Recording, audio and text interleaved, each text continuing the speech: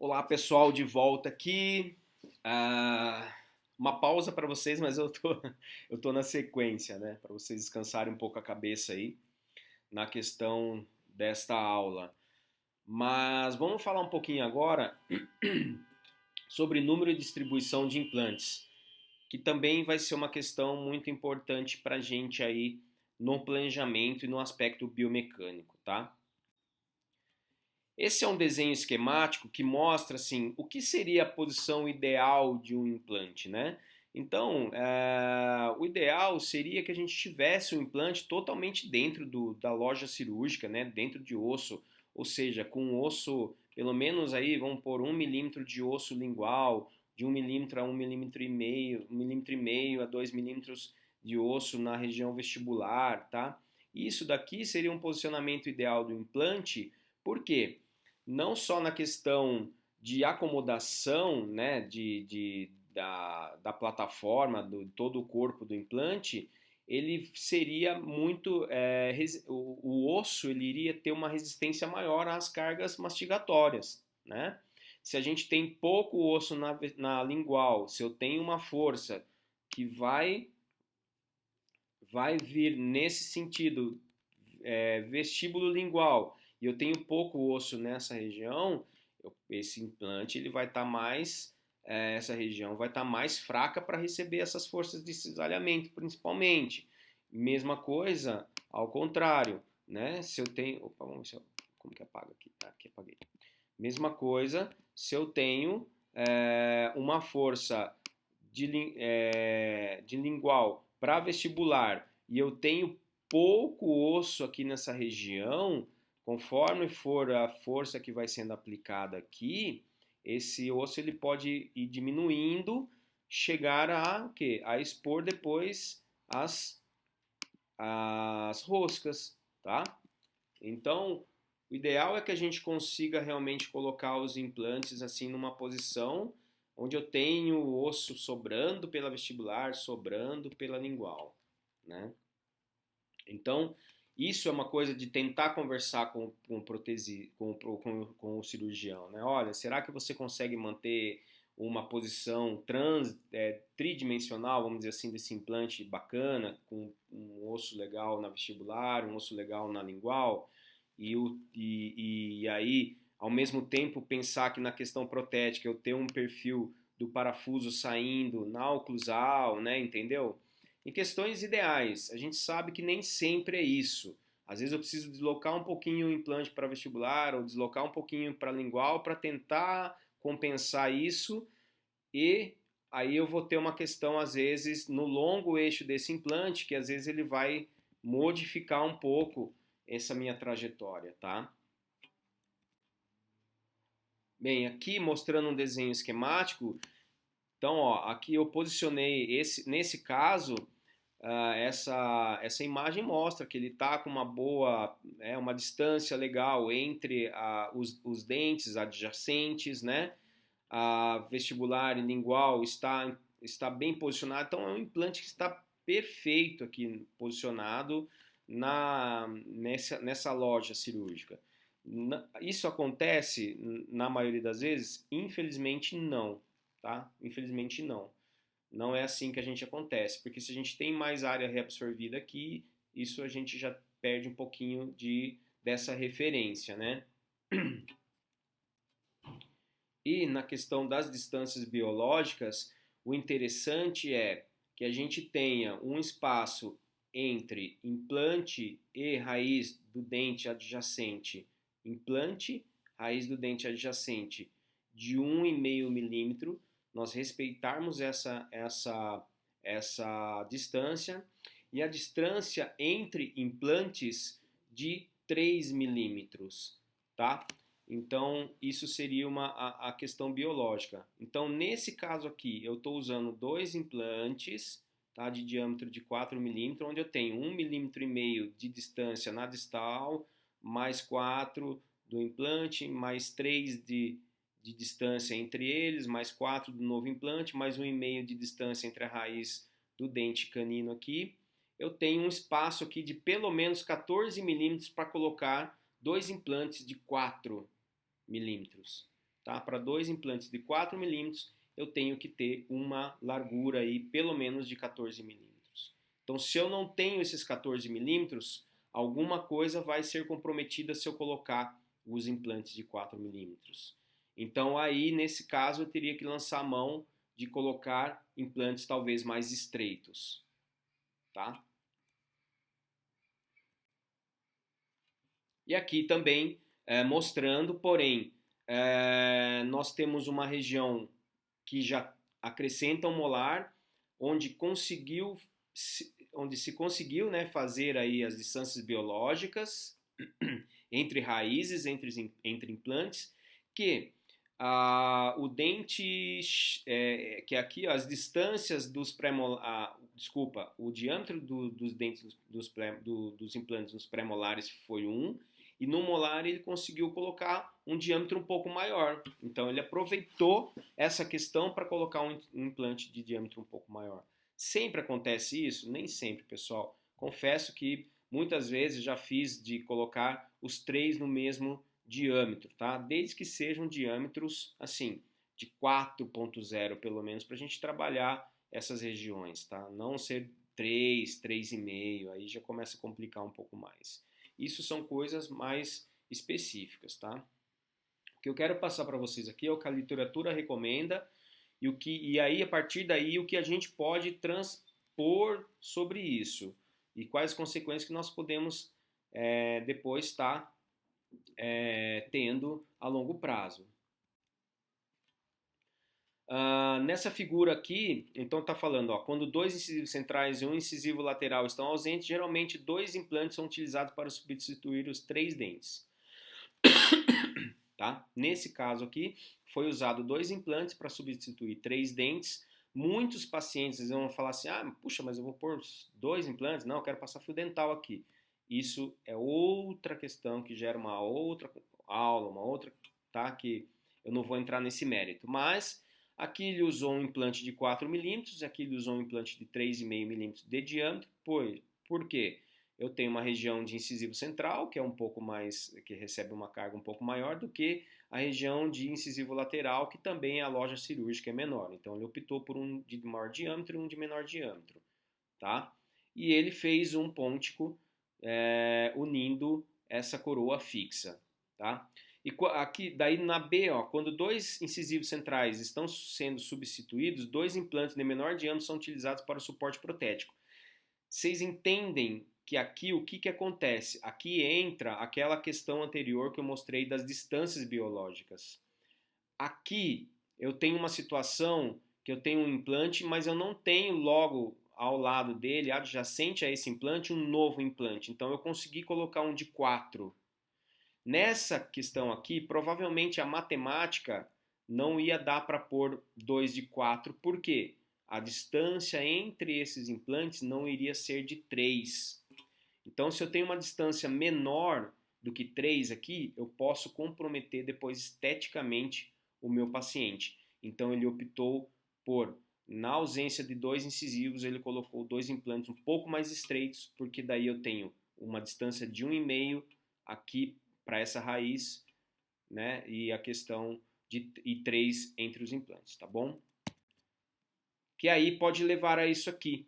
Eles ficam muito próximos e aí eu tenho, tá? Lógico, às vezes eu entro um pouco na questão cirúrgica, mas agora eu estou mostrando para vocês a questão do resultado protético, que tem que tomar cuidado. Porque se você indica para um colega, e se seu colega ele não tem essa noção, e aí volta para você, ok, nossa, olha, os implantes estão bonitinhos, bem posicionados. Só que se essa distância for pouca entre eles, ou essa prótese não tiver aqui um perfil de emergência tão adequado, vai faltar suprimento nessa região para que a papila seja formada. Entendeu, pessoal?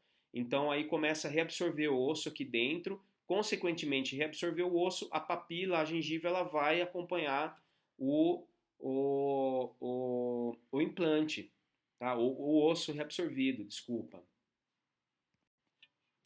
Que seria essa situação aqui, ó. Então eu tenho um implante que provavelmente eu tenho aqui, ó, nessa região está muito próximo um do outro, tá?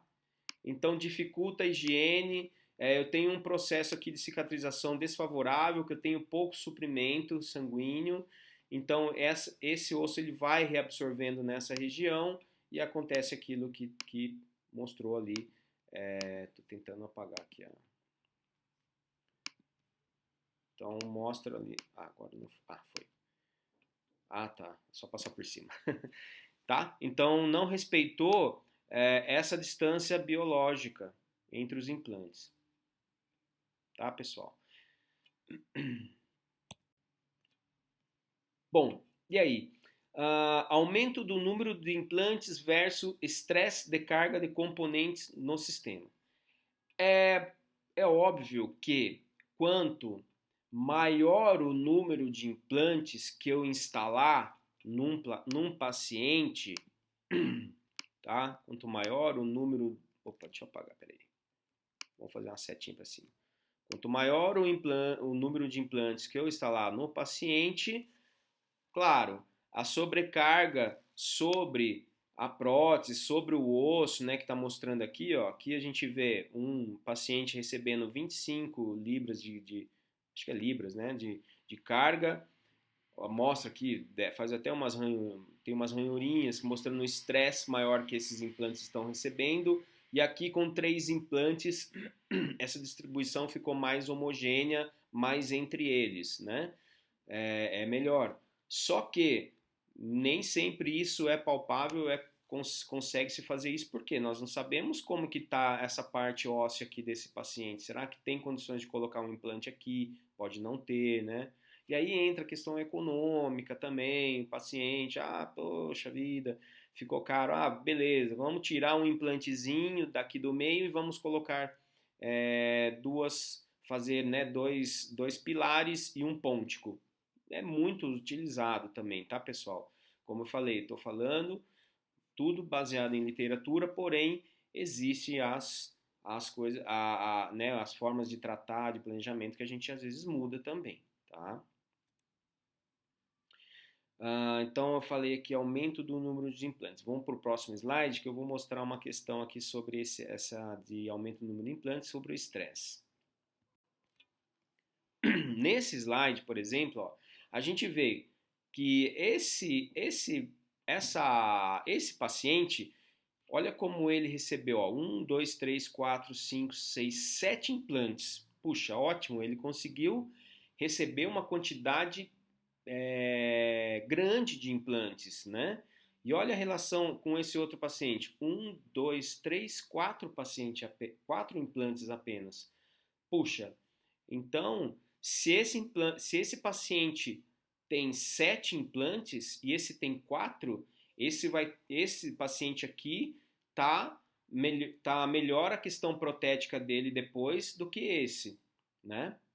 Só que não, tá? Porque daí depois vai entrar num assunto que eu vou passar para vocês, que aqui eu tenho 7 implantes praticamente na pré-maxila e olha aqui atrás o que está ficando. Né? Um braço de alavanca muito grande, né? Um cantilever muito grande. Enquanto que esse outro paciente que recebeu 4 implantes, mas olha aqui o cantilever que ele tem desse lado, olha aqui no outro, praticamente essa barra deve estar saindo aqui, ó. Então, olha o cantilever que esse paciente vai ter. Fatalmente, o que acontece? Quando eu tenho um braço de alavanca, assim, eu tenho uma força compressiva nessa região. E aqui, principalmente esses implantes, ó, esses 2 implantes aqui, esses 4 implantes, são os que mais sofrem. Aqui perde muito osso, aqui às vezes solta o parafuso, porque aqui vai ter uma força tracionando para cima, ao contrário, tá? Enquanto que esse que recebeu menos está mais protegido do que esse paciente aqui, tá bom? Então, o número dos implantes, pessoal, ele é importante, mas nem sempre, tá? Nem sempre. Então, ó, Aqui o Misch fala, quando três dentes adjacentes estão sendo substituídos, os pilares terminais são posições-chave do implante, tá? Os pilares terminais. Quando todos os fatores de força do paciente são baixos e a densidade óssea é boa, 2 implantes podem ser adequados para substituir os 3 dentes que faltam. Aquilo mais ou menos que eu falei anteriormente para vocês. Então, um paciente com bruxismo, dá para tratar dessa forma aqui? Até dá, mas tomem cuidado, né, nas questões dos fatores. Eu tenho um paciente que ele usa prótese total superior. É um fator que deixa a gente menos preocupado, tá? Questão da oclusão. Como que é esse paciente? O paciente braquicefálico, dólico, né? Tem um rosto mais quadrado, ele tem uma potência muscular maior, né? Então tudo isso a gente tem que levar em consideração, tá? Mas dá para ser feito. No entanto, quando fatores de força são altos, recomenda-se um implante para cada dente ausente. Quando faltam 4 dentes adjacentes, os pilares terminais são as principais posições do implante. Raramente esses 2 implantes são suficientes para substituir 4 dentes posteriores, ou seja, a exceção seria se fosse uma dentadura. Mais comumente, 3 implantes são colocados com o implante adicional sendo colocado idealmente na posição mais disponível por causa da força oclusal mais alta. O que ele quer dizer aqui? Tudo isso daqui para resumir para vocês.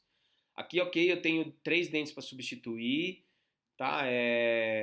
O ideal é sempre para cada dente um implante, mas aí as questões cirúrgicas que vão influenciar, tá? Mas nessa situação aqui tá legal, tá? Porque eu tenho só um pontico. Na situação de 4 dentes, principalmente assim, se é um dente com um paciente com bruxismo, preocupa mais. Então, o legal seria pôr mais um implante que fosse na região mais posterior, onde que recebe a maior carga, tá? Então, isso daí são essas questões que ele está querendo dizer nessa colocação dele. Então, aqui, ó, mais ou menos um esquema, né? Tentar não ultrapassar 2 pônticos quando você vai fazer a sua reabilitação, tá? Então, aqui, ó, uma reabilitação com, deixa eu ver, 7 dentes. Ele pôs pelo menos 3 implantes, então eles põem os 2 nos mais distais, um no meio, deixando apenas 2 pônticos no máximo, entendeu? Tá? Aqui, ó, deixando 2 pônticos, mas se puder distribuir os 2 implantes na região que recebe mais carga, que é a região posterior, melhor. Certo? Isso tudo é biomecânica, né? Para tudo aqui está recebendo forças oclusais, né? Compressivas, de cisalhamento, de tração. Alguns exemplos, tá? Se vocês perceberem, nesses exemplos que ele está passando aqui, ó, o canino está sempre incluído. Por quê? É a área de pilar canino, é uma área que tem uma quantidade de osso, que a gente fala uma quantidade de osso tipo 2, uma quantidade de osso um pouco mais, com uma densidade melhor, que aguenta mais a absorção, porque é um osso mais não totalmente compacto, mas ele é menos, ele tem uma área de resistência à força maior do que molares e até região de incisivos, tá? Então aqui ele está sempre colocando um mais para distal e incluindo também o canino, ó. Tá bom?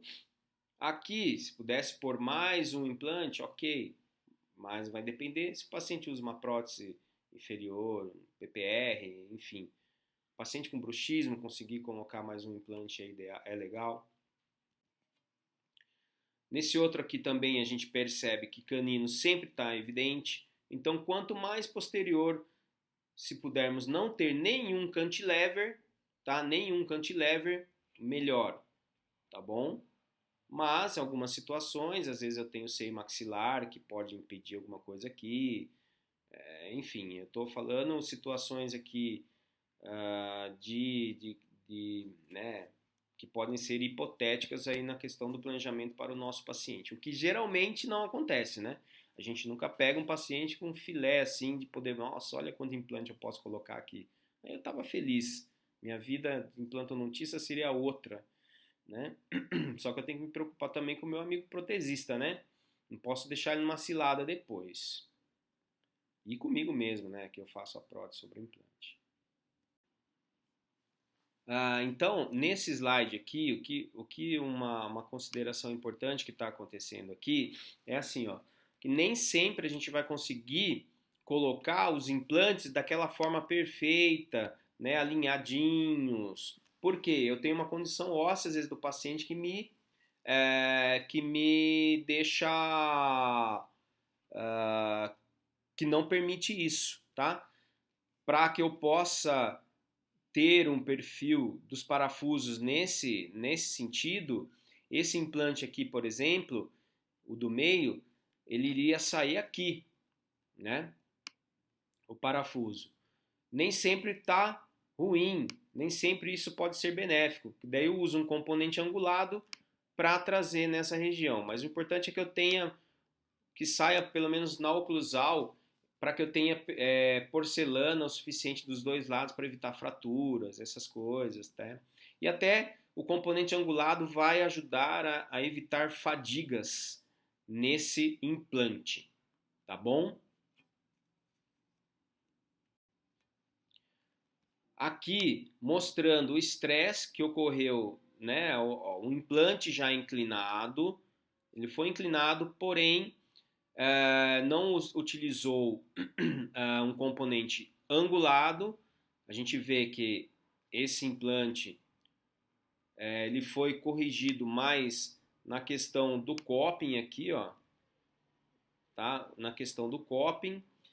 Então, muitas vezes, pessoal, é interessante, ao invés de, dependendo da situação, dependendo do paciente que você tem, paciente com uma força mastigatória muito grande, bruxista, tudo, esplintar, ferulizar essa prótese. Então, deixar ela unida, tá? Principalmente na região posterior. É muito comum a gente fazer isso, tá certo? Então, isso evita o quê? Foi tendo contato, foi causando um estresse por causa dessa inclinação do implante, ó. Foi tendo esse movimento, né? Essas forças que vieram laterais aqui, foi deslocada para essa junção aqui de prótese de pilar, plataforma do implante, estresse no implante, automaticamente fratura do, do colar, da plataforma. Então a splintagem ela é uma boa opção para se utilizar. Vamos lá.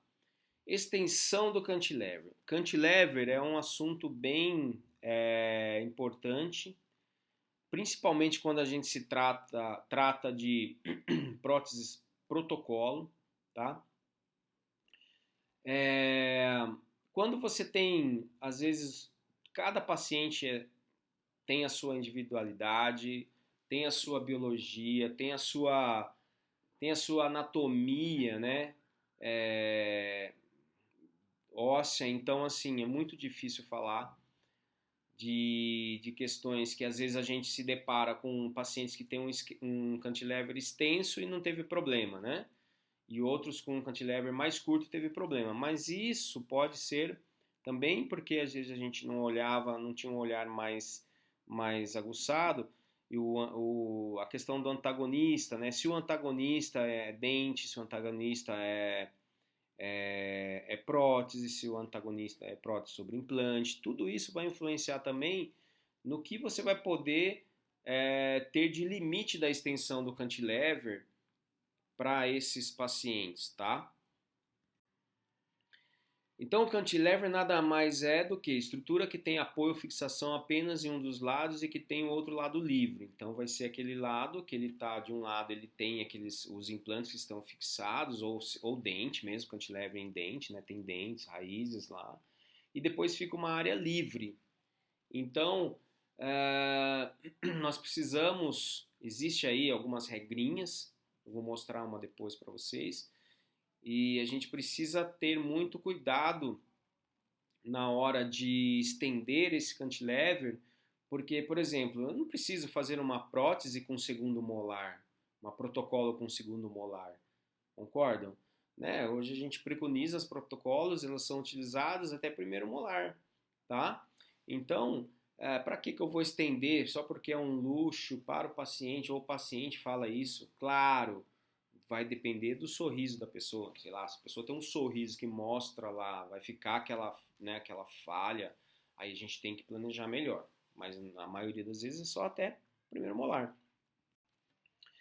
Então, o cantilever sobre a prótese aumenta a tensão no sistema do implante. O diâmetro do implante está relacionado com a sua força. Um implante de diâmetro largo reduz o risco de fratura do corpo do implante.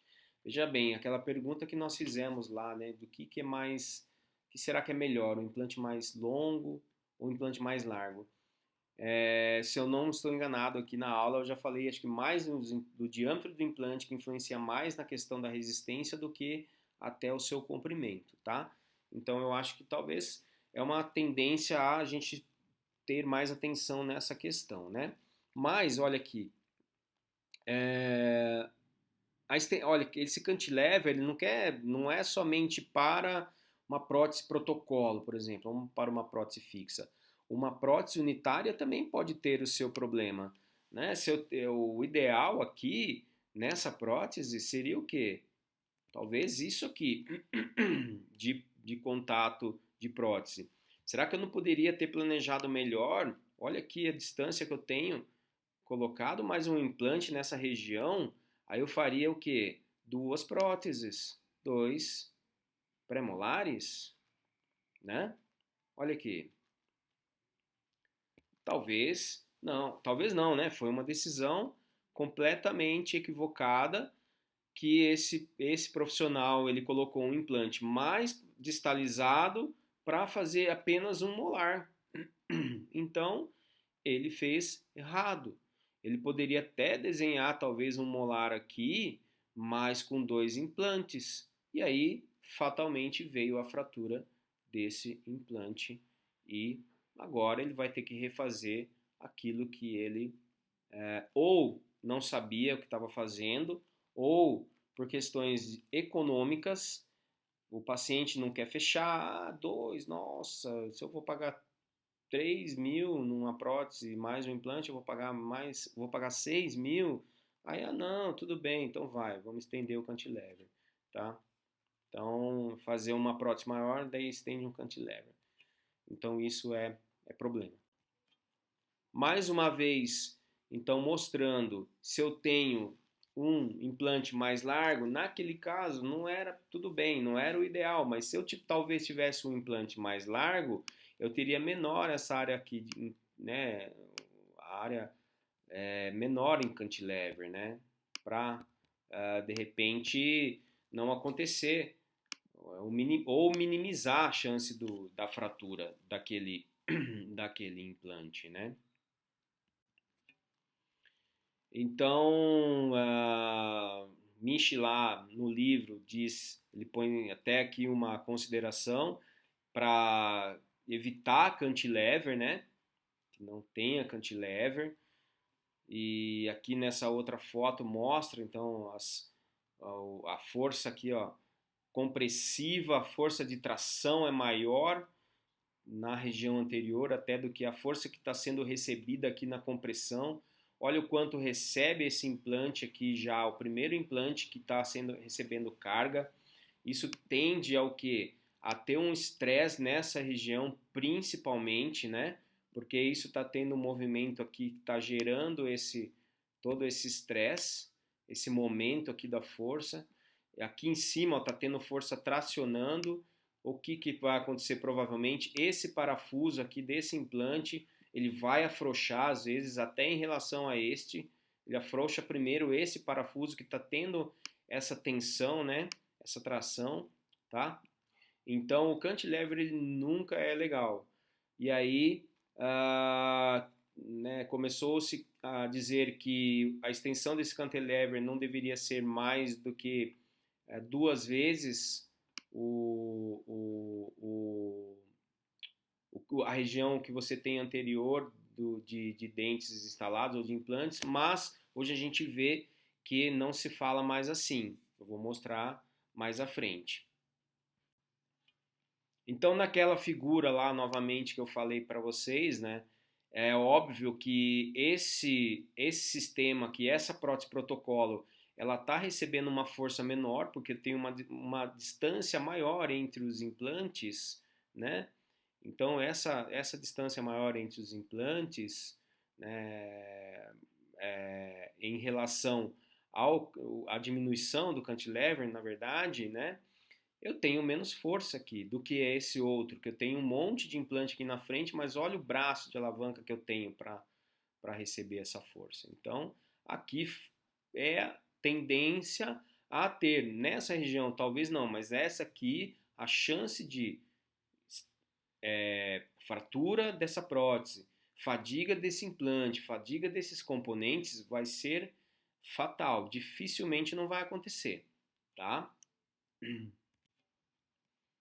Que eu estava falando lá, né, que a distância, o ideal, que antigamente se falava de 2 vezes o cantilever, hoje em dia a gente já não entra mais nessa questão. A gente, esse cantilever ele tem que ser no máximo 1,5 vezes essa distância anterior aqui que a gente faz dos implantes é o quê?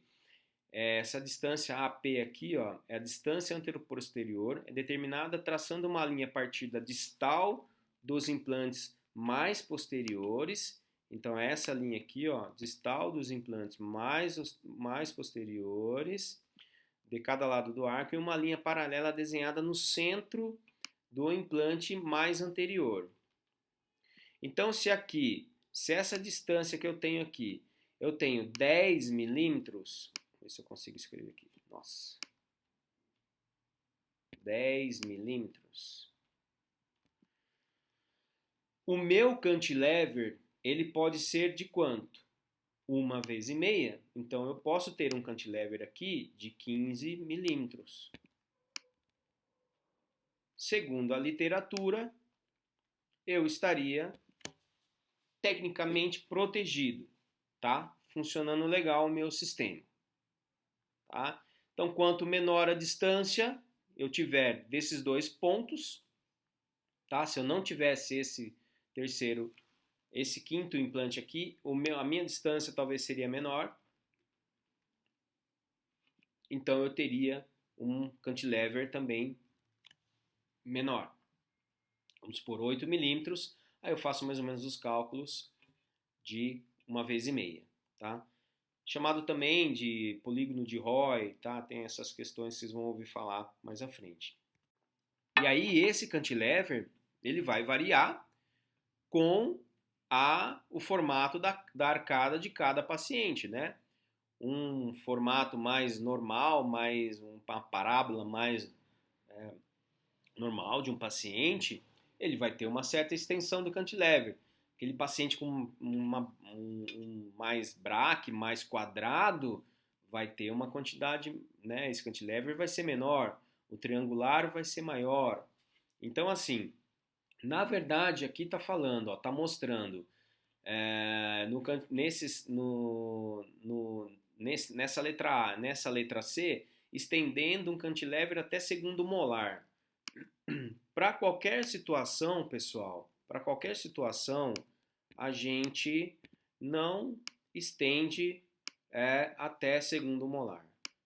Mesmo tendo área suficiente, tá? Na maioria das situações, salvo que, como eu falei, o paciente, a hora que faz, dá o sorriso, com um molar apenas, ele vai mostrar depois, vai ficar aquela parte, né, mostrando que ele não mostra, que ele está desdentado, né?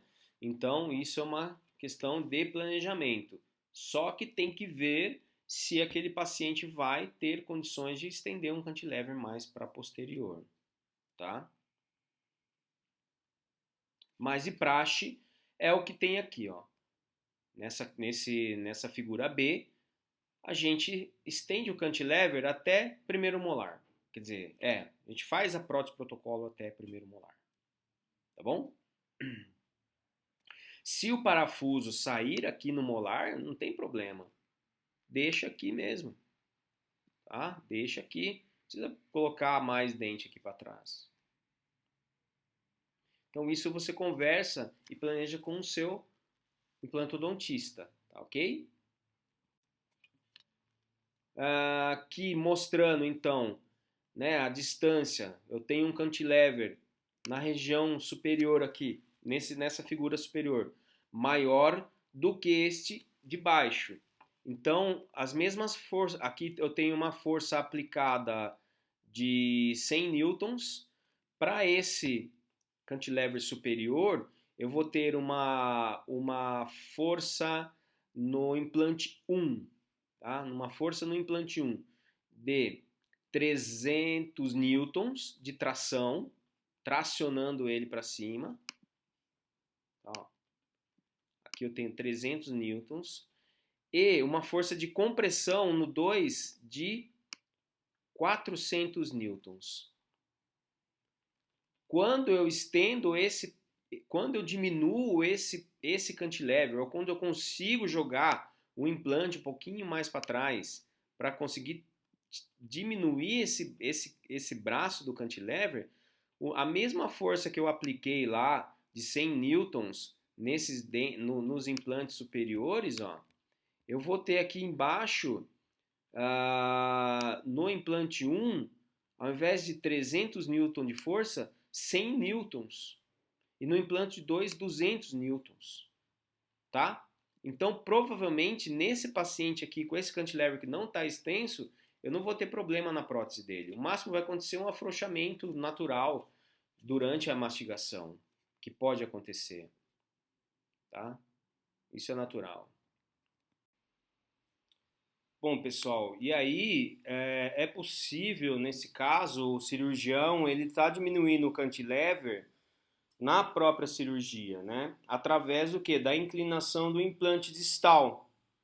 Então ele pode pegar esse implante, né? Quer dizer, na cirurgia, ao invés de colocar ele, vamos pôr aqui canetinha, ao invés de instalar esse implante paralelo ao implante adjacente ao implante anterior, ele pode fazer o quê? Ele pode inclinar esse implante para distal, porque daí vai diminuir aqui, ó, automaticamente esse cantilever no paciente vai ficar menor. Então aqui mostra onde estava o implante, seria a cirurgia sem inclinação, a extensão que ia ficar de cantilever, e aqui mostrando embaixo aqui, ó, depois da inclinação do cantilever com a utilização de um componente para compensar depois esse implante inclinado por parafuso sair, emergir de maneira paralela em relação aos outros, aí ele consegue estender esse cantilever, entendeu? E aí vai diminuir esse braço de alavanca, a carga sobre esse implante, a carga, o movimento, né, de tração aqui, tensão, puxando essa parte aqui da prótese para cima para deslocar parafuso, enfim. Aí o cirurgião ele consegue através dessa técnica que tem comprovação científica, né? Mas inclinou o implante, isso daqui não vai prejudicar esse implante? Não, porque aqui a gente tem uma força muito menor que essa, que aqui. Entendeu? E essa inclinação não vai ter nenhum problema. Bom, aqui mostra, nesse estudo, é um estudo de elementos finitos, claro, não tem um certo embasamento científico, tudo bem, mas é mais para demonstrar a questão biomecânica, né, da aplicação da força. Mas eu tenho um sistema A, que os implantes estão angulados, estão todos paralelos. Ok, o braço aqui, o cálculo está fazendo, que foi feito aqui, B está igual a 1 vez o A, que é aquele cálculo que você passa aqui a linha para saber, né, a distância A com a B. Esse cálculo aqui não pode ser 1,5 vezes a mais do que o que eu tenho aqui. Aqui está dentro do do, do limite, tá? Na verdade é aqui, ó. Essa outra linha é aqui, tá? Então, ok. Os dois, né? Esse sistema A estaria apto para fazer o, o paciente, para atender o paciente, mas o sistema B é a on-for, que é a inclinação do, do implante. Então, a gente vê que a distância aqui, ó, do cantilever, o braço de alavanca aqui, ó, aqui está menor, no B, certo? Então, calculou-se, quando a gente tem um cantilever um pouco maior, o estresse fica todo concentrado praticamente naquela região.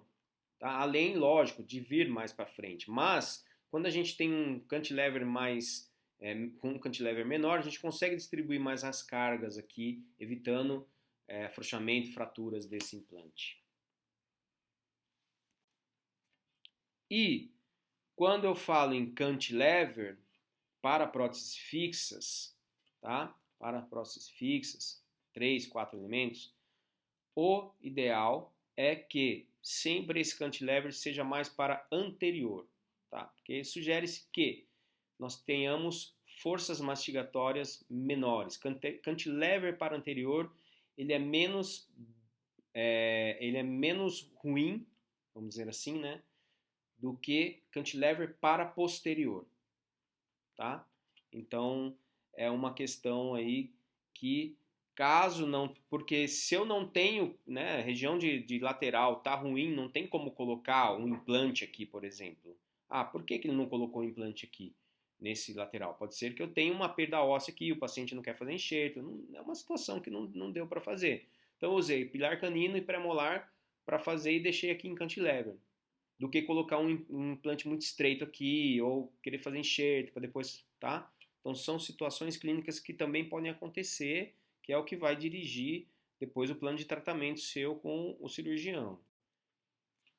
Nesse caso aqui, ó, fez 2 implantes, um molar e um segundo pré-molar, deixou o primeiro pré em cantilever, tá?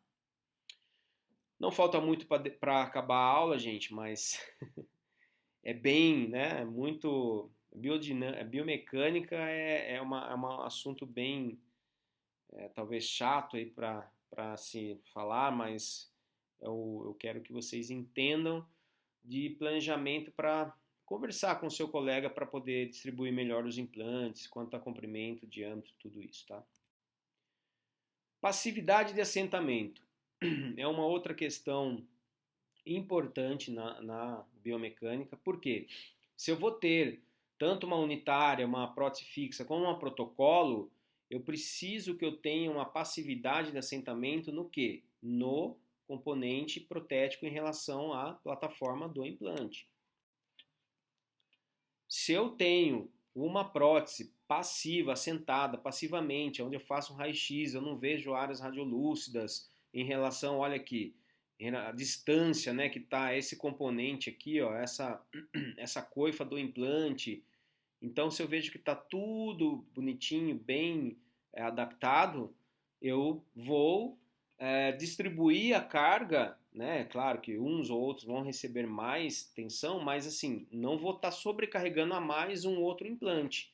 Que aqui embaixo, nesse caso, se eu vou colocar um parafuso aqui, o que vai acontecer primeiro? Geralmente, quando a passividade está ok, você vai colocando o parafuso, ele já trava rapidinho, na hora que você chega no limite dele. Quando a barra não está adaptada, você começa a apertar, vai até se sentindo assim, ó, você está tendo que toda hora forçar um pouco, ele nunca chega, mas você sente uma resistência. Então ele está Ele está forçando aquela passividade. E aí você vai o quê? Você vai começar a deformar aquele parafuso e provavelmente você vai fraturar, tá?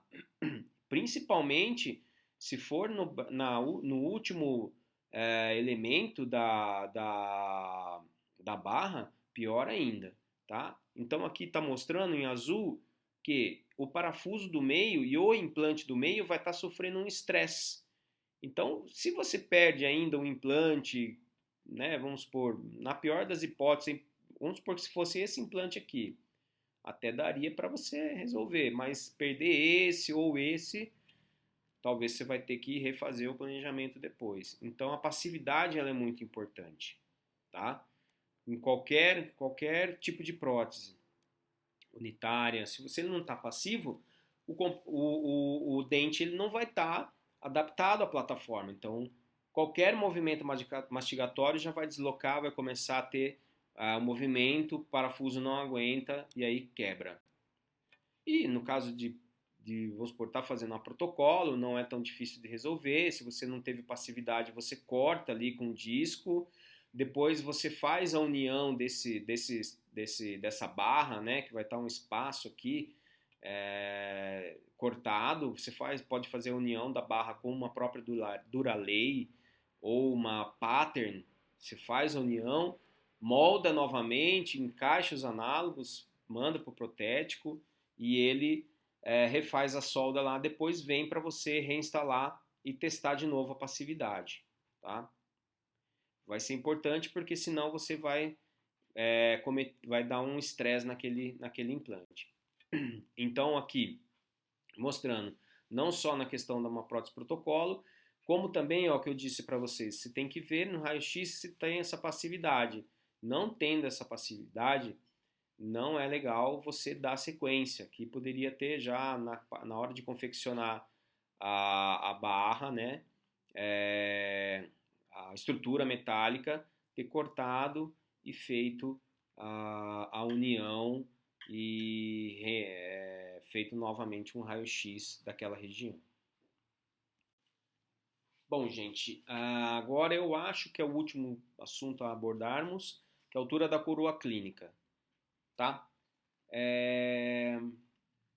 No implante a gente vai ser um pouco diferente. A gente vai ver algumas questões, tá? Mas a gente acaba saindo um pouquinho daquela regra que a gente tem em dentes naturais, né? Em raiz, proporção raiz-dente, ok? Então, dentes naturais versus implantes. Para dentes naturais, vários pesquisadores recomendam como ideal 2/3 da raiz clínica para 1/3 de coroa clínica. 2/3 para 1/3. Lembrando que a raiz clínica está compreendida entre o ápice e o nível da crista óssea existente, e que acima dessa crista óssea inicia-se a coroa clínica, independente da anatomia dental. Então, para dentes naturais, nós temos, né, o ideal é essa proporção, né, e já para implantes, a gente acaba, às vezes, não conseguindo levar isso em consideração. Para implantes ósseo-integrados, o raciocínio é um pouco diferente. A potência da alavanca continua existindo, mas a resistência é diferente por não existir a presença do ligamento periodontal. As tensões percebidas pelos pilares estarão mais concentradas neles próprios, né? As tensões percebidas pelos pilares estarão mais concentradas neles próprios e não no tecido ósseo de suporte, funcionando o ligamento periodontal como um rompe-força quando estiver presente, que aí quer dizer nos dentes, né? Então o implante não tem isso. Como não estão presentes no implantes ósseo-integrados, lembramos que implantes de maior diâmetro possuem maiores áreas de contato ósseo, estabilidade e resistência aos braços de alavanca gerados. Então, resumindo, né? Então o ligamento periodontal aqui, que ele é ponto-chave. Por quê? Nós não teremos essa questão de amortecimento. Então, como o implante é ósseo integrado, e se você tiver uma área de contato, um implante com um diâmetro um pouco maior, essa proporção de coroa e tamanho de implante, ela pode ser ou nem sempre 2/3, nem sempre 1/1, às vezes a coroa é maior até do que o implante, tá? E em alguns casos ainda pode dar certo. O que, já pensando em dente, a gente não iria pensar, puxa, eu vou colocar uma coroa, eu tenho uma raiz pequena, vou colocar uma coroa maior do que 1/1, tá? No implante a gente até consegue fazer isso.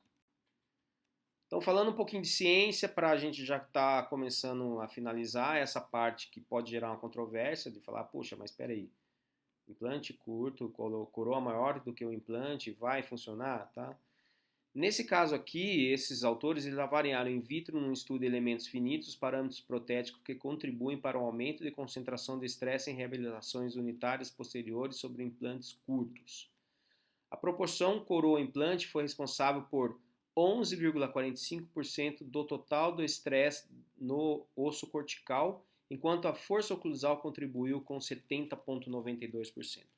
Então é isso que eu quis passar para vocês. Então, se a gente for pensar, ó, a questão da proporção coroa-implante, ela não foi tão relevante quanto a força oclusal. Então, se eu tivesse uma força oclusal ideal, sem contatos prematuros, essas questões, né, com força de cisalhamento, tensão, tração, tal, só força compressiva, mais no sentido axial, ele não vai ter tanta importância a questão da altura, essa proporção, tá? Lógico, um estudo de elemento finito por computador, ok, beleza. No mesmo estudo, concluiu-se que uma proporção 2,5 para 1 provoca um aumento de 1,88 vezes a concentração de estresse a nível do osso cortical, concluindo que a coroa desempenha aqui uma ação de braço de alavanca, podendo causar perda óssea.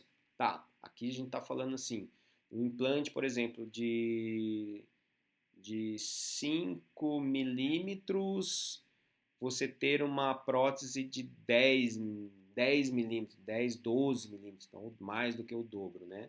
Aí ele provoca uma concentração de estresse maior, mas nem sempre vai acontecer isso, tá? E um pouquinho mais de ciência para a gente ir finalizando, essa meta-análise, que é um estudo que, vamos supor, da cadeia, da pirâmide de estudos, estudo clínico, relato de caso, um monte de coisa, estudo, a meta-análise diz que a gente considera como um estudo mais com relevância científica maior do que qualquer outro estudo, né? Lógico que existem alguns vieses aí que pode acontecer, mas enfim, não vem aí. Então ele comparou aqui, ó, ele pega vários artigos que compararam implantes curtos com implantes longos. E aqui, ó, 18 estudos compreendendo 1.612 implantes, 793 extra curtos e 820 implantes longos foram selecionados para meta-análise.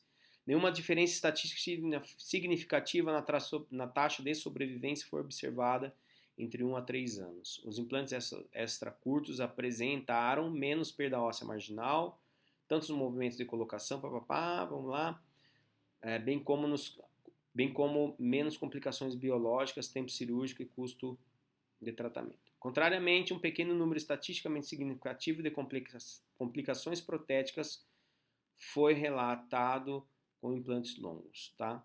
Então, conclusão, a colocação de implantes extra curtos apresentou-se como uma opção equivalente no tratamento de pacientes com arco posterior atrófico de até 3 anos de segmento, tá? Bom, aqui é o seguinte, o ideal, sempre que for fazer implante curto, se não for o unitário, se for posterior, 2, 3 implantes, uni-los, ferulizar, tá?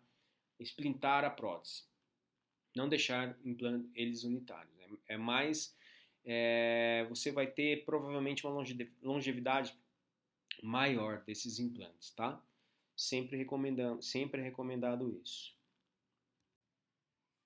Então essa imagem aqui, ó, mostra para vocês, pra gente, né? Olha o tamanho do implante, né?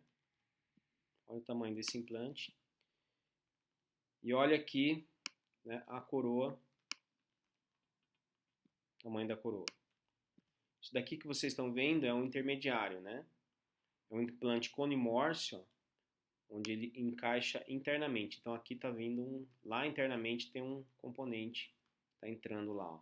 Esse é o conimorse, tá? Então o conimorse ele aceita mais essa parte.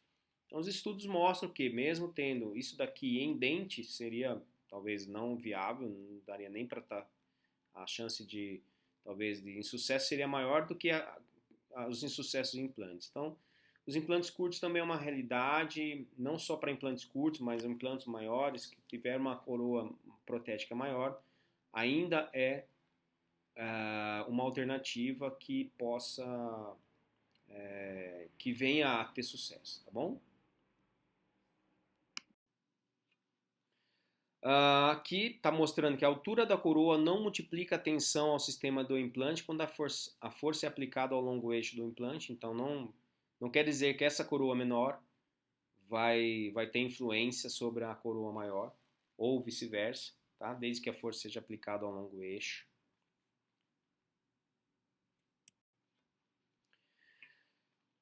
Nessa figura mostra que uma coisa é você ter uma força ao longo eixo, que é um componente axial. A partir do momento que você inclina o seu implante, aí você vai ter o quê? Componentes bucais, né? Aumentando ali a força que esse dente vai estar recebendo, tá? Então você tem, além da força axial, você tem a forças de cisalhamento bucal, lingual, que vai estar forçando esse implante, podendo gerar estresse, né, no parafuso. Então, quanto melhor posicionado o implante, e a força sendo axial ela é maior. Tá, beleza, mas como que eu vou fazer isso num dente anterior? É lógico, né? Os incisivos, caninos, eles são sempre mais inclinados. E aí a gente tem que balancear, fazer uma boa oclusão, tá? Mas aqui mostrando mais a nível posterior, o ideal é que seja mais no sentido axial. E lá atrás, quando eu falei, muitas vezes o espaço que você tem, né, para fazer mesodistal, ok, de uma coroa de molar, mas nem sempre você constrói ela do mesmo tamanho do que o molar adjacente aqui. Você pode, às vezes, continuar mais a largura dos pré-molares, porque aí você diminui, né, a quantidade de cerâmica para ter braço de alavanca quando o dente sofrer alguma carga mastigatória. Nesse sentido, para a região apical aqui. Então, se você tem um pouco menos de espessura consegue fazer isso através de um planejamento reverso lá, de fazer um enceramento, se isso for viável, mostra para o paciente, você diminui a chance de colocar material extra aqui e fraturar a porcelana nessa região. Então você acompanha mais esse pré-molar, depois vem o dente do paciente e aí acaba se protegendo mais aquele implante, aquela coroa de estresse. E vamos lá concluir, né, uma aula bem pesada, que não tem jeito, né, preciso mostrar essas considerações para vocês, para que eu tente abrir um pouco mais a mente em relação a como planejar um implante, né? Então a conclusão ela vem daquele livro onde o meu professor ele participou, né, desse capítulo. E aí, o que eles dizem? Que o estudo da biomecânica vem sofrendo significativas mudanças com os avanços tecnológicos experimentados pela implantodontia, tanto na área in vivo como in vitro. Dessa forma, novos conceitos certamente surgirão e outros serão bem mais interpretados, dando aos profissionais e aos pacientes o grau de confiabilidade para a realização de reabilitações mais seguras e previsíveis. E de tudo que a gente conversou aqui, o que eu mais citei para vocês foi a questão, né, do diâmetro do implante. Então, o diâmetro do implante, pessoal, ele influencia muito na questão da escolha, depois, quando você for planejar, discutir com o seu colega. O comprimento, legal, ele tem influência? Tem, mas comprimento junto com diâmetro vai ser também um diferencial. Distribuir bem as cargas oclusais, façam, acompanhem esse paciente, né, logo na primeira semana, chama para fazer um novo teste de oclusão, veja se não está afrouxando o parafuso. Se está afrouxando o parafuso, provavelmente é um contato prematuro. Se está afrouxando o parafuso, provavelmente às vezes o cantilever que está excessivo.